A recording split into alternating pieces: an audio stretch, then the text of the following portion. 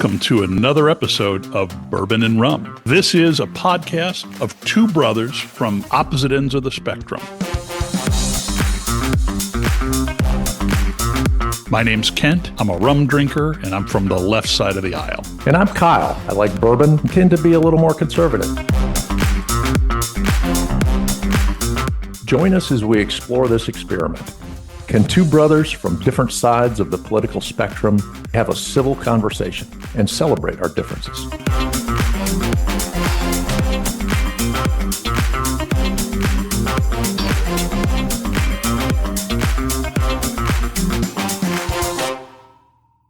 What are you drinking? Well, I'm having another 1792 variation here. This is their bottled and bond. So typical bottled and bond, 100 proof, aged 4 years or more. But I think it's one of their smoother expressions. It's pretty good. It's all of these 1792s. You see the small batch in almost every liquor store, but some of these other expressions are kind of few and far between. And it's, I'd love to understand how the distribution works, because like I have a little liquor store near me that if I go in there, they always have full proof.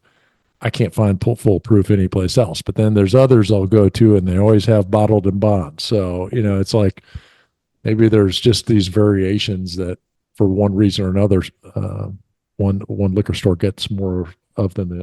Remind me what bottled and bond means. Yeah, bottled and bond was this act. This is the Bottled and Bond Act of 1897. And this is the thing that E.H. Taylor was instrumental in getting done. And so the E.H. Taylor whiskey is bottled and bond. It's kind of like standards around ensuring, like everybody's living up to some kind of baseline that's similar. So one rule is that it's a single distillery in a single season. So not, stuff from multiple seasons. Everything's got to be aged a minimum of 4 years. It's then aged actually in a federally bonded warehouse under U.S. supervision. It has to do with tax collection, but I guess you could also say it ensures that you're not mixing and matching barrels. And then it has to be 100 proof, exactly 100 proof. And then the label requirements, it's got to say the name of the distillery and if different where it was bottled, which is also honestly, I talk a lot about the bourbon I drink. A lot of times I'll drink variations of MGP whiskey, the Midwest Grain Products, which is like a white label distillery for a lot of other folks. And then there's a lot of startup distilleries that, and a lot of them are MGP, but a lot of them, you don't know where the stuff comes from, or there's some that pick from various distilleries. It's kind of cool to have now this sounds really bad. I'm the conservative guy, advocating for government interference in bourbon, but having a standard to where you have to know what distillery it's from is kind of nice. Write this down. Well, I am drinking, this is interesting. I'm drinking a Plantation rum. The brand name is Plantation, and this is a pineapple infused. One thing that's interesting, so, it's kind of a sipper. It's a little sweet. It's, it's kind of a novelty. But Plantation actually, I think a year or so ago, said that they're changing their name. It was Plantation, and they make a bunch of different stuff, but they changed the name from Plantation to Plantaray. I think that they concluded that a legacy of people owning other people and making them work was probably not a good thing to have on the brand of their rum bottle. But if you look around, at least around us, it's recent enough change that there's still a lot of Plantation bottles on the shelf. Yeah.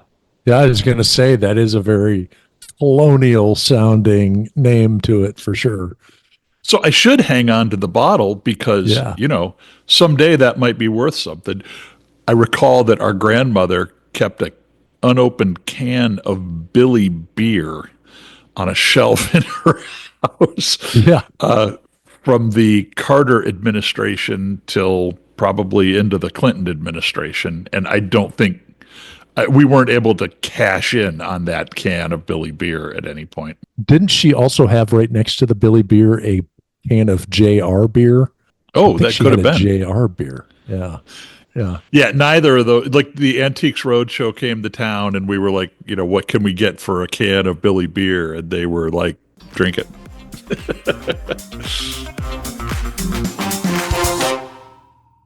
Hey, I think we hit a milestone. Our producer communicated, but I think I got a little too excited because she said we hit the 500 play mark, and I thought she meant we hit 500 plays average per episode. And I told Crystal, I'm like, oh my gosh, we're like in the top 10% of podcasts. And then she brought me back down to planet Earth. We're Not in the quite top yet. We're getting 97 there. of podcast, top 97% of podcasts. That's right. What do they say? Like I was in the upper half of the lower 20%, lower 20% of my graduating class or something like that. Oh man. Well, I guess we should say for the handful of our honestly, it has been fun to see that our statistics are coming up a little bit. And I'll just say to our listeners, like you keep coming back. Like it's kind of amazing, and we really appreciate that. It's just kind of fun to have this conversation and this dialogue with you. I would just invite you, if you're a listener, shoot us a question, shoot us a comment, picks and pans, flame us or tell us we're doing a good job, because it's Yeah, just kind of cool to connect with people. absolutely. And bad press is as good as good press, or sometimes it's better than good press. So we'd love to hear, you got a complaint or a beef, we'd love to hear it for sure.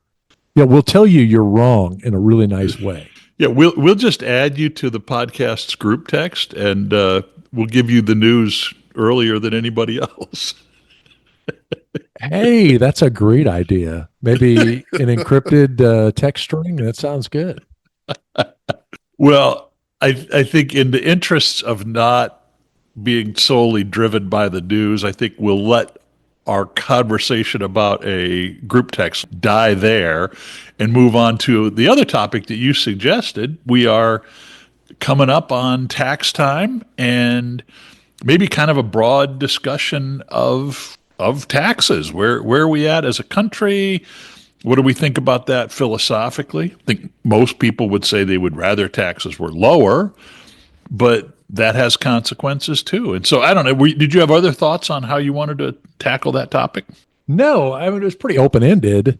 It might be helpful to understand our perspectives around, what do we think is fair? What do we not think is fair? Like, I know I've had conversations with, I don't want to put words in your mouth, but I've had conversations with you in the past about, I think I was complaining about estate taxes, about the fact you pay taxes all your life, and then if there's anything left over, they tax the crap out of it. And I think your thought, especially on high net worth individuals, is more of almost like a confiscatory approach of like, you shouldn't be allowed to pass on too much to the next generation. So just in general, love to hear your perspective, not just on that piece of it, but Right. taxes in general. And I can kind of lay out my piece and then kind of dig into some of the particulars. Well, I think a couple of things. I actually did a little bit of research, and you're usually the good researcher, so bear with me. Well, you usually know this stuff. I usually claim to know, which is not necessarily the same thing. So, taxpolicycenter.org has a chart here. I'll share screen. This won't help our viewers or our listeners, but it'll help you see. So this is total tax revenue as a share of GDP. Now, I don't know if that's the best way to measure that, but it seems like a pretty good way to get to apples to apples. No surprises, Denmark is the highest, and Denmark's tax rates as a percentage of GDP looks like about 47, 48%. The U.S. on this measure is 27% of our GDP. The average of all of this is the OECD countries. It's kind of like most modern countries. The average is 34%. So we're 7% below most. In fact, the only kind of major countries with a lower percentage than us is Costa Rica, Turkey, Chile, Ireland, Colombia, and Mexico. So I point that out because It'd be interesting here to kind of, I was going to say, just looking at that, it'd be a helpful data point to superimpose the populations of those countries too. I mean, I guess to a degree, GDP is a control factor there, but exactly. I think that's what they're thinking is that if you correct it for GDP, but I think to your point, if you graph it on population, you've got pretty divergent. The GDP per cap of Denmark is different than the GDP per cap of Mexico. So you're going to have some differences there. But what struck me, this not in those data, but I heard something on the radio the other day that really struck me because they said, okay, so you compare U.S. tax rates and you say, well, we're pretty low, by those measures, right? 27%, we're almost half of what Denmark's tax rate is per GDP. However, this person that I heard interviewed said, in a lot of those high tax countries, Denmark or Scandinavia, European countries, your taxes also buy socialized health care. And so if you really want to go apples to apples, you got to take your tax rates in the US and then tack on to that what do people in the US pay in healthcare costs. And I looked that one up, and that's about 17% of GDP. So now, if you put those two together, because if it's socialized, you paid your taxes, but you're not paying at the doctor's office. In our system, you pay your taxes, and then you have to pay at the doctor's office. If you add those together, we're north of 40% in terms of what it costs us to get the same level of service as some of these other countries. And so at first blush, it looks like, oh, great, USA. Okay, go ahead. I don't want to lose the point because I understand where you're going, the macro point. But I think it's also fair to point out that the value, and this goes maybe to some fundamental beliefs around taxes and what we get and socialized healthcare and everything else, but the value that we get out of our health insurance isn't an apples to apples comparison with what people get in a socialized medicine. In many of those countries, that your taxes are paying for a basic level of socialized medical care, but if you want like good responsive service, you're paying extra. So it's not as, cut and dry, I guess is my only point. No, I think that's fair, I guess. But in some ways, I'm arguing maybe the other side of what you might expect me to say. Our taxes are pretty high.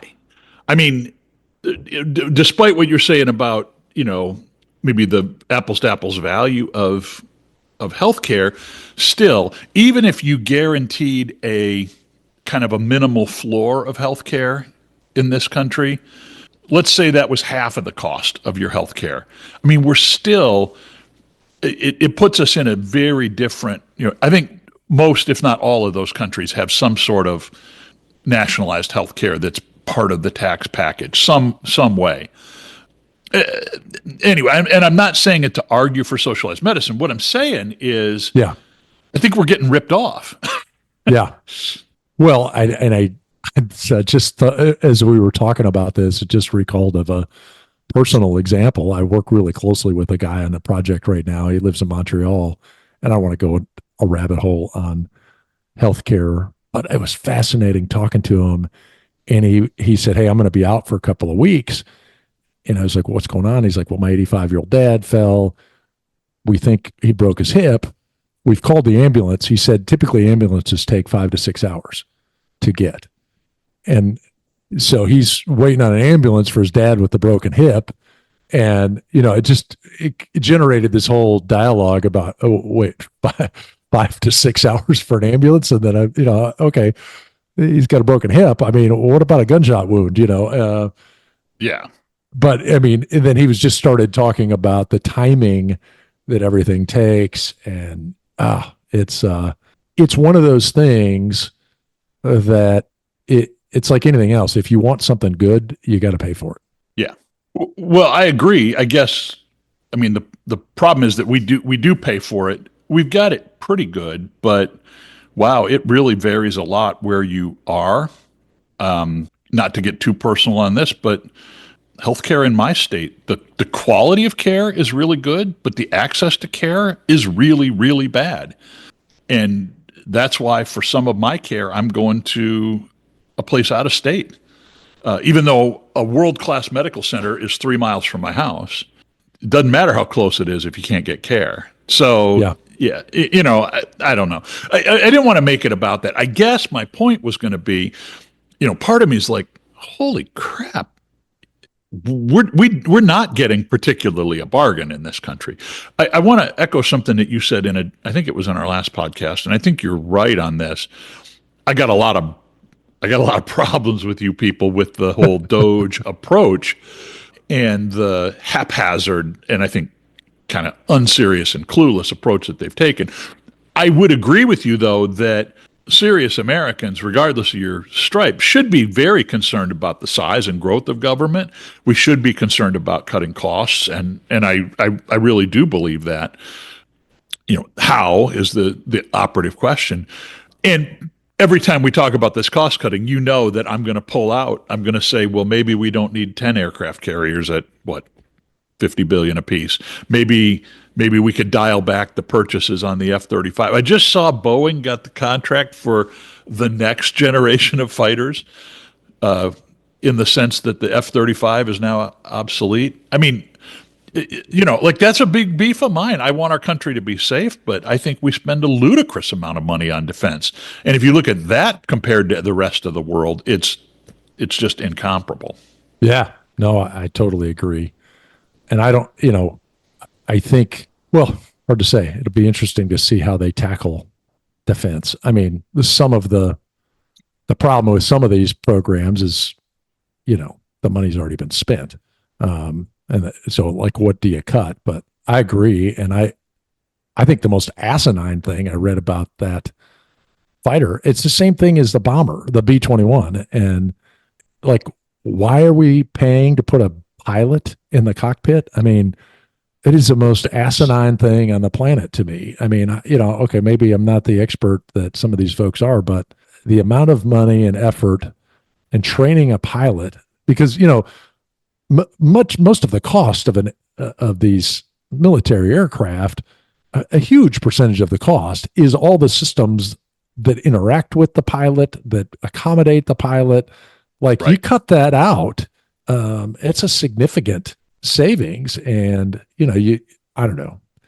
Well, Is and that your payload, your bomb payload goes up, right? Because you're not yeah, schlepping a guy, and the cost of training.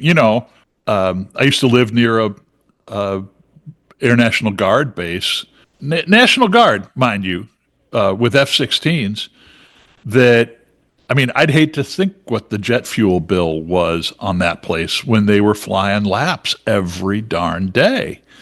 And that is the cost of training the pilots that is above and beyond all of the structural costs of the airplanes. I think Ukraine has proven that drones is the way.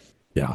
Well, I just think this idea of like during the Iraq War, these guys are flying in a B-52 for 36 hours from Barksdale to drop a bomb. Like, why the hell would Right. we do that? I mean, that is insane. Yeah. Well, other thoughts on tax policy. I'll tell you some of my beefs, and you can respond to this. I guess there's no better way to do it, but one of the things that's always chapped me, and again, I think my liberal card is in good standing, but our method of tax collection out of payroll deductions and the system that over deducts from people by default, it over deducts from people so that tax time, we talked about, we're approaching April 15th. For many people, tax time is like getting a bonus check because you're getting your refund. And That was a brilliant move on whoever's part thought that up. That you you judo a real liability. You're paying huge amounts of money to the government. You flip the script, and people are like, "Woo! It's tax time! I got my refund check." And you just like, how much does that affect people's perceptions of things? Well, I will say that's personal because my sweet wife loved it, as did I, when we got a windfall at tax time. Not like this year. This year, hey, we need to move some money out of savings to pay the tax bill. It's not nearly as happy a time at tax time. That's for sure. But it changes your perspective on taxes, does Yeah. it not? Oh yeah. It's a long story, but I have to pay every year, and I don't begrudge it. I'm proud to be an American. I'm glad for what my tax dollars buy in this country, and I mean, honestly, I'm not trying to sound overly dramatic, but it's a little painful writing out that check every year, and I think, what a privilege. What a privilege to be able to pay taxes to a country that I admire and I'm proud of. So, yeah, it's my little act of patriotism. But I feel like the whole thing, it completely masks from people. Can you imagine if people had to cut a check every week when their paycheck comes out? Like, oh, here's your money Yeah. now. Right. Now, EFT, like a third of that. Yeah. Well, it's funny. When I was in the military, I was someplace and I was talking to a guy who was a lieutenant colonel in the Danish Air Force. And you talked about Denmark being at the top of your list on proportionate taxes. And we were just talking about taxes and everything else. And I just found, I found his attitude kind of cool. He was like, my tax rate is 68% of my income. And he's like, it's a lot of money. I pay a ton of money, but I love living in Denmark, and I got a great quality of life. So that's the cost. That's what I pay. I was like, Yeah. I think that's nuts, but okay, I can, he's not getting duped. He's not like Right. getting the rug pulled out from under him. He knows what he's in for and he's okay with it. These countries, these super high tax European countries that we're talking about, they're liberal democracies. If the people didn't like it, it's not like the iron hand is squeezing them for revenue. They made a bargain, and I understand that Americans don't want to make the same bargain. I do feel that we should get more. That we should get more for our buck, honestly, and candidly, I'm worried about a huge proportion of what goes down as taxes are things like Social Security contributions, and now you got mixed messages like, oh, we're not going to touch Social Security, but we're going to cut trillions from like you can't have it both ways. It's the biggest lump that's out there, and I mean, you can cut other things. well, I mean, you could, but you wouldn't be left with much. Again, if you're not going to touch defense, you say you think you're going to touch defense, but that wasn't on the first 4-week agenda. The Department of Education is going to save us $250 billion a year. There's a good start. Yeah, that's a start. I mean, the deficit. Does all that money go away? The deficit's only $2 trillion. So no, it doesn't. You're right. But So yeah, I mean, what are they spending it on? Well, they're spending on subsidized student loans, and you're probably still going to do that. You're just going to do it out of a different department. yeah, I don't know. well, but that's the thing about this whole Doge bit. I don't think there's any way to cut spending without pissing a bunch of people off. Like, there's no way to make everybody happy and cut spending. That doesn't exist. Whether it's a Democrat, whether it's a Republican, whoever's doing it is going to be despised. Yeah, yeah. Because you're choking you're taking food up from the mouth of the beast. And Right. I mean, to me, the only thing that you could do is you could do like across the board cuts. You know what I mean? Rather than like when you're trying to rearrange the proportions of things, you could almost say, look, we're all in this mess together. We've all gotten this point, but we need to cut our government expenses by 10%. Yeah. Well, and they did that. I mean, that was one of the things they did with defense. I think they did like an 8% cut across the board as a starting point. But Yeah. I don't know. I mean, I think I guess my thing on taxes is, if there are certainly elements of tax. I mean, we got to fund the government. So I don't think, we can go back to the 1800s and tariffs will pay for 100%. I mean, I don't think tariffs are going to pay for a huge percent, however you cut it. I think even if you got 25% of all imports from Canada and Mexico, you're still only talking a couple $100 billion. So, the thought of getting to taking the clock back to where you didn't have income tax, obviously, I think is unrealistic. But I do think my thing about taxes is, and it's kind of what we were talking about, like this instance of the guy in Denmark I brought up. Like, this is never going to be a popular thing to say, but like, taxes aren't that big of an issue if you make $50,000 a year. Those aren't the people that are paying. Number one, in the U.S., you're paying next to no income tax. I mean, tax is really an issue for people that are making a lot of money. That's the people who have a problem with it. And, politically, it's totally unpopular to be like, well, we need to stop taxing the rich. Well, the hell with the rich. Well, okay. But, half you people aren't paying any taxes. I mean, it's like, the problem is it's such a small constituency that is shelling out the most bucks. It's not politically popular, but it's also, extraordinarily unfair in many cases. Well, I'm gonna agree with you on that, and I worry about that. I don't think we should be.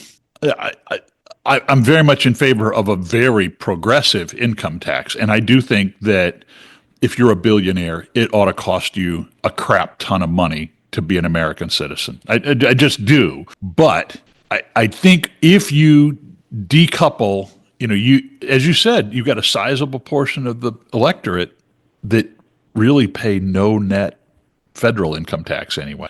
And that's a dangerous place to be. I think that you don't want to impoverish people to pay taxes, but I think everybody ought to have some skin in the game. And there's no tax increase to which anybody is immune. In other words, if we say we've got to soak the rich and we can raise the top marginal rates, but everybody else ought to have, even if it's a token amount. I really concur with you on that. Changing gears a little bit, you've hinted at this because you talked about, we used to use tariffs versus income taxes. One of the things that happens in some of these other countries is that they use different taxation schemes or different structures of taxes. Yeah. And I wonder what you think about that. Even in Texas, now tell me, am I wrong? Do you guys have no state income tax but high property tax, or do you have high state income? Is that how it works? Yeah. I mean, that's kind of good because it's inherently progressive, right? If you've got a huge house, you're going to pay a lot more money than others.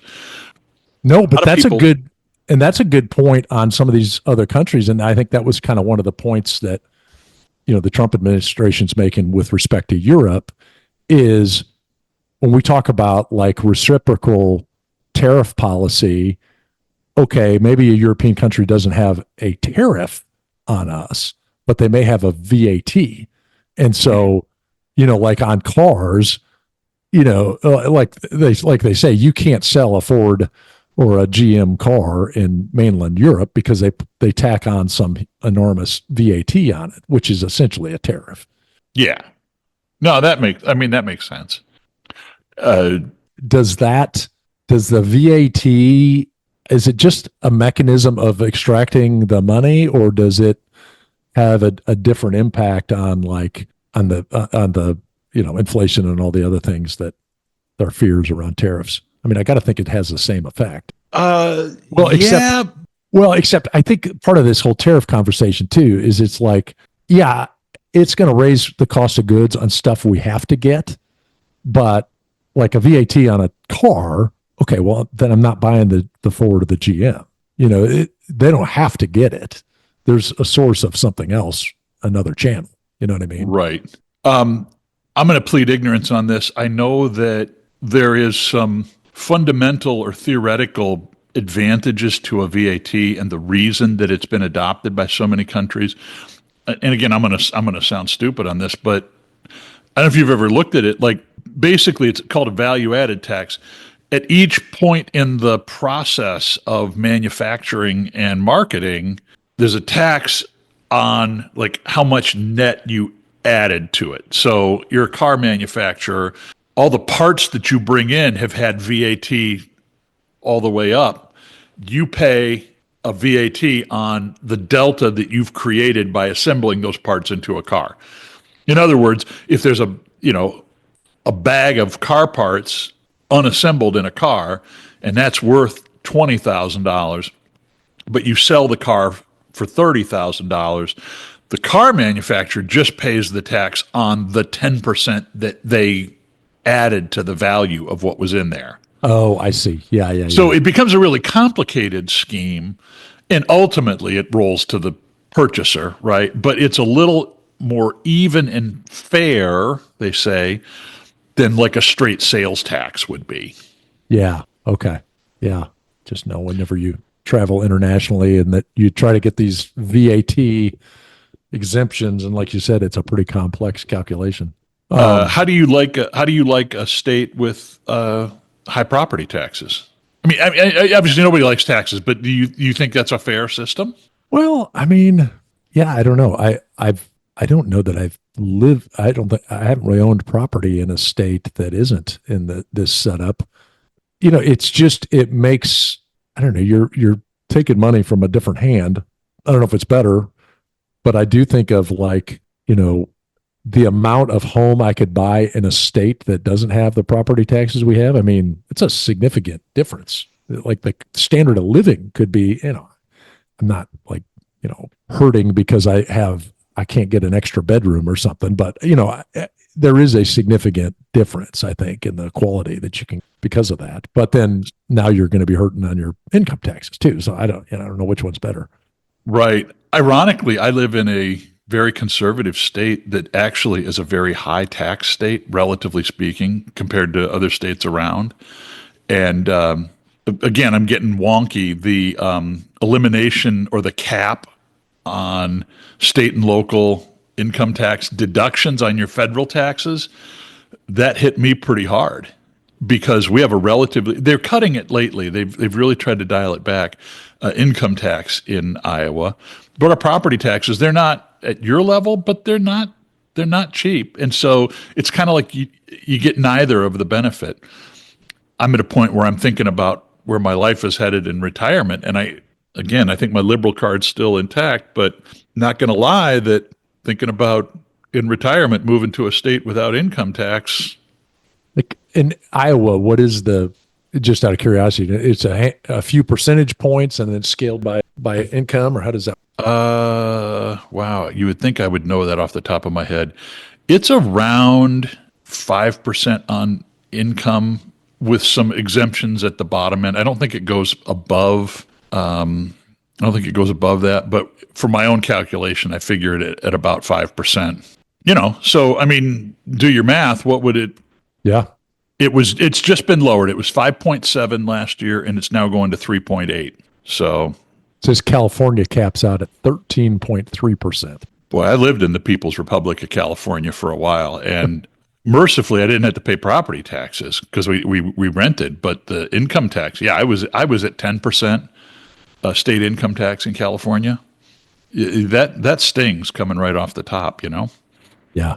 Well, I think the other key thing about high earners and taxes that I think a lot of people overlook is, yeah, I mean, there are certainly people that make $1 million a year, but there's also a lot of small businesses that the way they do their taxes, it essentially goes on an individual's tax return. And so, Right. I think that's one of the challenges too, is that's overlooked sometimes. You think, oh, well, these guys are making $1 million a year, but okay, maybe they're making $5 million a year, but maybe that's their whole company. And, you up the taxes on them. That's just another, other repercussions there for sure. And I don't know Well, why that is, because I've known friends that have had businesses that put it all on their personal taxes. And I don't get that. Like why you wouldn't do a S corp or an LLC or something, but I guess there's different ways that people do that. yeah, I think I'm mistaken, but I think an S corp, you're running the corporation through personal income tax, and a Oh, C that corp is okay. is. But there again, what's the status of your state? Does your state tax personal Yeah. income differentially than business income? It's complicated, and I think we should acknowledge that it is 100% complicated on purpose. This Yeah. this is a function of the government doing like the shell game. They're moving the cups and the balls around so you don't really know where you're getting soaked. The Well, complexity. and then it becomes like, is the complexity just so they can pull levers and say, "Hey, I saved you here, guys. I helped you." It's like a mechanism for them to look good.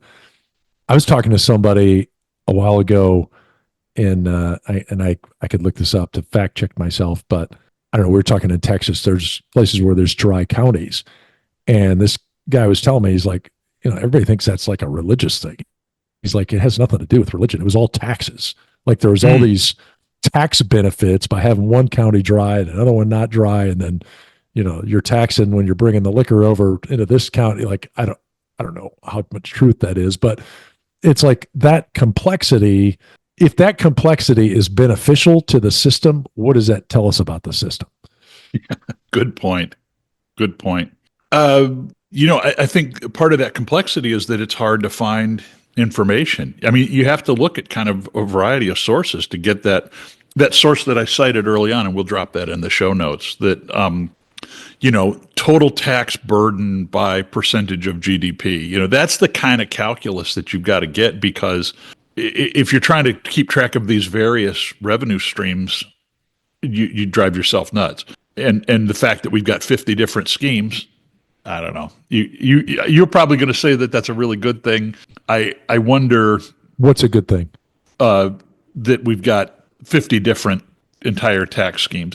I tend to think we ought to be one country and we ought to move away from federalism and states' rights. But and just because, I mean, it creates opportunities for people to play it. I'm going to make my living in one state, but when I'm mobile and retire, I'm going to go find a state with zero income tax, so I can, like people are making games, and I wonder if that's in our best interest. But I don't know. Well, but as it relates to taxes, I think it also kind of relates to our overall theory about government and people. And I guess why I'm an advocate of states' rights is kind of why I'm an advocate of limited government, because to me, a centralized government is not the best arbiter of our livelihood. Like, having a central control, having the Politburo control everything isn't as efficient as everybody doing it themselves in a distributed fashion. And so, I feel like states are in kind of that same zone. Like different states can manage things differently in different regions, probably more efficiently than one big central bureaucracy. But it sounds like you may think differently. Well, I do. I understand the argument behind that, and you can certainly find examples where that makes sense, when there really are different circumstances. I think Texas probably said, we got a lot of land. Let's tax the land because it's something we got a lot of commodity in, and we'll keep income taxes low, and people will be drawn to us because the income taxes are low. But you're not really gaining. You're taking people from California, which is good for you if you live in Texas, but that doesn't really add to net growth in the country. I see the arguments for it, I guess. The other side of that, though, I haven't thought this through super well, but let me ask you this. If we think that government is there's an inherent inefficiency to government, which, I mean, I think anybody would acknowledge that, right? Where I live, I've got a city government, a county government, a state government, and a federal government. And yeah, the argument that, well, that city knows what it needs for the city and that county knows what it needs, and that may all be true, but I got four layers of government, and whatever inefficiency burden those layers bring, it's Yeah. fourfold. Yeah. Well, that's one of the, I agree. I mean, one of the things, the Doge discussions on defense, one of the things they talked about, like in the Air Force, you've got your unit level, your squadron, and you're part of a wing, but then multiple wings make up a numbered Air Force, and you've got generals in charge of the numbered Air Force, and you got a staff and a team, and then the numbered Air Forces report up to major commands, and those major commands have hundreds of employees and generals and people, and then like all that, I kind of compare it similarly, like all this structure in place, and like they're toying with what if we got rid of a couple of major commands or got rid of some number of the Air Forces. I think the same thing. Like, what if you got rid of a couple of county governments? Whoop de do, and you passed it down to somebody else. I mean, it'd probably save a ton of money. Yeah. And would you lose anything? I don't think you would. Well, you've got good examples. A lot of places where, especially large cities, you get like a consolidated city county government. Indianapolis, is that what is it? Hamilton County, Indianapolis, and they're the same. Like they got rid of a layer. Like the city and county are the same territory and have this, and so at a minimum, right? Like I don't have to buy staplers for all the people in both offices. You like there is some efficiency there. The interesting thing is that I think there's no perfect solution to this. There are no silver bullets to this. I think that it's incumbent upon the voter they're not going to send you, my broker sends me a consolidated statement of all of my accounts and what did I make on this account. They're not going to send you a tax statement that says, here's what you paid to your county. Here's what you paid to your city. This is what your library tax was. And this is how much of your taxes paid for the numbered Air Forces in a major command. We don't get that consolidated statement. Mm-hmm. And you have to be vigilant to kind of tally that stuff up yourself. Yeah. Yeah, that's totally true. And where I was going is you were talking about, it's not a perfect system. And I think about like the states and the states' rights and all that. I mean, if you trace back the origins of it, it was all just so that they could all agree on a government. I mean, like the Constitution wouldn't have worked if they hadn't had all these allowances. It's a compromised government. So it's like they didn't make the decision because it was the most, and kind of going back on what I said, I mean, the origin of it wasn't because this is the most efficient way to run it. It's like, no, this is the only way we can keep from like fighting each other and not having a country is to compromise on it, Yeah, agreed. No, I think you're 100% right. And again, not to bite off even more there, but I think the same applies to the apportionment of senators versus representatives. It applies to the Electoral College. There were a lot of compromises made because you had big land states and wealthy states like Virginia, or colonies like Virginia. You had small wealthy colonies like Massachusetts. You had others in the between that like weren't going to go along if they didn't get their own piece of the action. And it may be that we wind up with this Electoral College because Delaware wasn't going to play ball in the Articles of Confederation. Yeah, right. It's worked for us, right? I can't say that our country hasn't worked, but we might be in a different situation than we were in 1789 too, and while we have a mechanism to change that, it would require some consensus that we've not been able to find. Yeah, I mean, the situation will change more when Senator AOC replaces Senator Chuck Schumer here soon, right? have you? I don't mean to go into current events, but have you heard about that? About how they're pushing him to resign and they're propping her up to be the next senator from New York? So that'd be interesting. Yeah, I can see that. For what it's worth, I'm going to go out on a limb and say that I think Schumer was right. It kills me. Because I really would have been tempted to say, hey, Republicans, you have the presidency, the House, and the Senate, and you got to come to me to keep the government open. Like you all run the table, but I got to get Chuck Schumer to say it's okay to get a budget passed. I mean, I'm kind of like, how much? But I think that Schumer's calculus in that was, I think some of us on the left are, I think, justifiably worried about Doge at all, and shutting down the government just hands over that much more power to the administration that I think is moving in a direction we're not supportive of. So I think Chuck Schumer made the right call, but he is paying a price for it. Yeah, I mean, I got to believe it'll blow over. I mean, and I don't know the full thought process within the Democrat Party, but I would think they like the idea of having somebody like an AOC as a representative. Like that's a good place for her because she can voice that piece of the party, but I don't know that the rank and file would be real comfortable with her as the senator. Yeah, I guess again we're outside scope, but Sorry, yeah, no, it's okay. went But down think about down the road. Have you seen? Bernie Sanders is barnstorming the nation and drawing crowds of tens of thousands of people tap all the over the brakes. country. I heard 15,000 in one report so far. So tens of thousands. Okay, let's go, tap the brakes. I don't know. That's 15,000 people that showed up to listen to a grumpy old 80-year-old guy bitch about stuff. Yeah. It's interesting. Yeah, because he's 83. Yeah, I could see that. That's nuts. I gotta say, I wouldn't agree with everything that he would do, but you talk about a guy who has stuck to the same message verbatim through all of this. This is a guy who's got a vision, who has laid out his vision.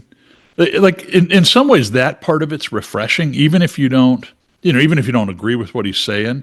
He has not just bowed to kind of give the popular line. He said, "This is who I am. This is what I'm about," and has hammered that same message for decades. He's collected $2 million from the pharmaceuticals industry, which he says he does not support anybody that collects money from the pharmaceutical industry. Well, yeah, that's a whole other path. But we should talk about. I mean, I do think that would be a good topic to get into. Like, who are the up and comers in the opposition? Because I mean, look, we're what 3 months into the presidency, but I'm sure there's already talk about who's the next ticket coming out. Well, you'd hope. Of course, I would have hoped that at this time during the Biden administration, somebody would have said he's not going to be sane by the end of this. Can we get on with picking a successor? Yeah. Yeah. My frustration with the Democratic Party and its leadership, that could be a topic. I could give you an hour and a half of everything that I think the Democrats have done wrong over the last decade. And there's a lot of it. Well, I mean, they did some good things. They did some smart things to preserve themselves. But I feel like I'm sorry, I'm going down a whole rabbit hole, but, I think some of what they did in the Biden-Harris angle there was like temporary fixes. Like what they were doing with Biden, that wasn't going to last. They had to get you know what I mean? Like that would help. Right. That helped at the time they needed it, but they needed some. But I think the Republicans are in the same boat. I mean, unless we get a Trump third term, which there's a whole body of people discussing. Assuming that doesn't happen, we're going to have to move on, and that's a huge problem too. Yeah.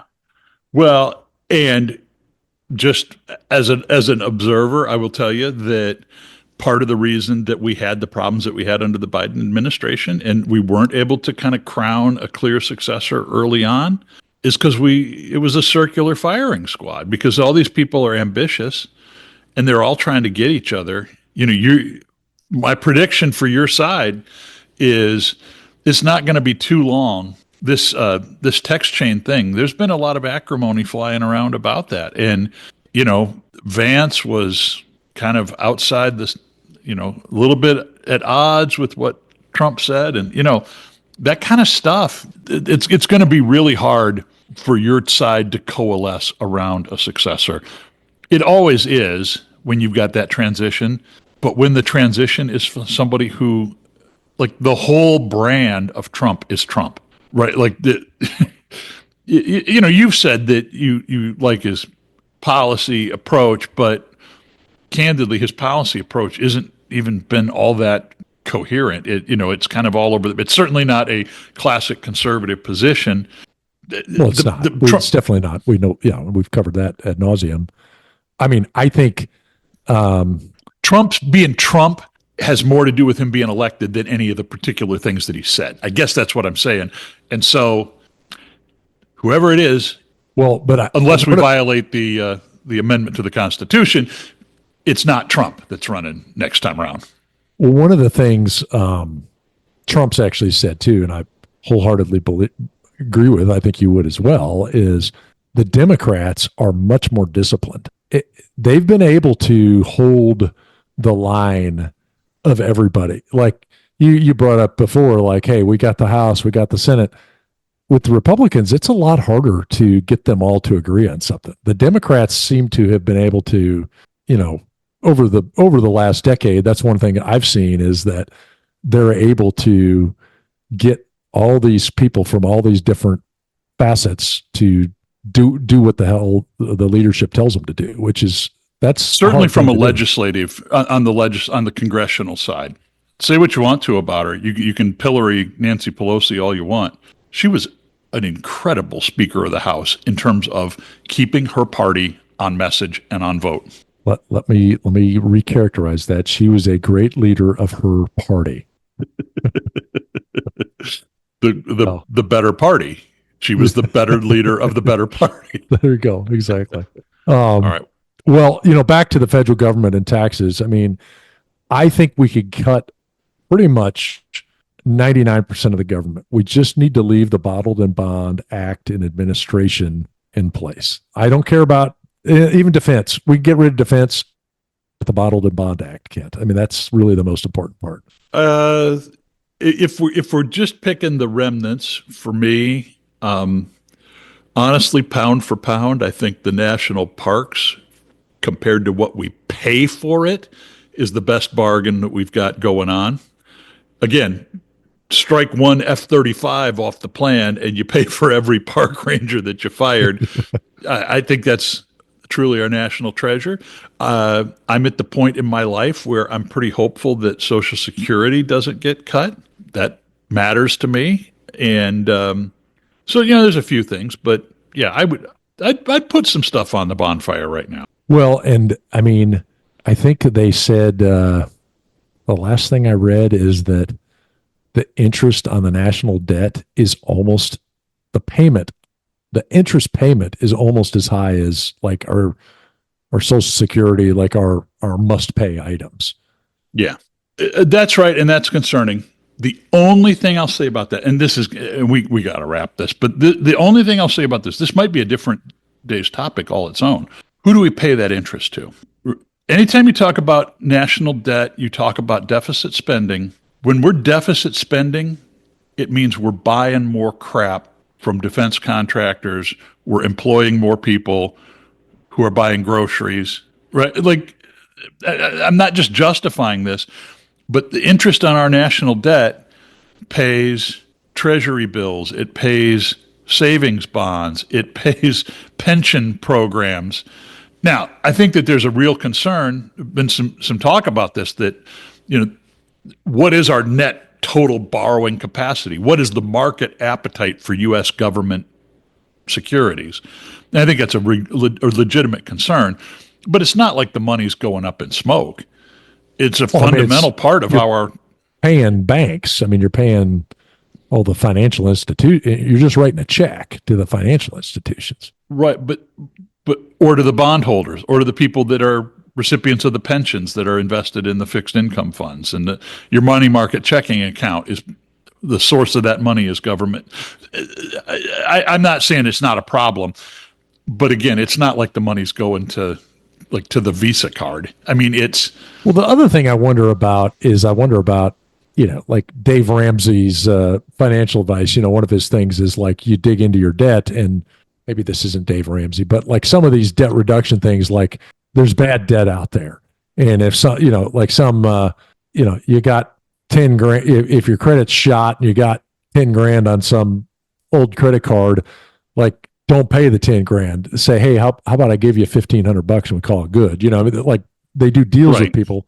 I mean, this is a stupid question, but like how much of that national debt is junk we could negotiate with them, or is it all like in a financial instrument we got to pay back, or is it like some of it, because some of it's like a debt to some nation from 100 years ago, right? No, I don't think so. I mean, I think again, I could be corrected on that, but it's all structured in government securities, and so yeah, you could make a deal like that, and they would call us Argentina. Like that's the whole point of full faith and credit, is that the expectation is that we pay our bills. Yeah. Well, we should wrap.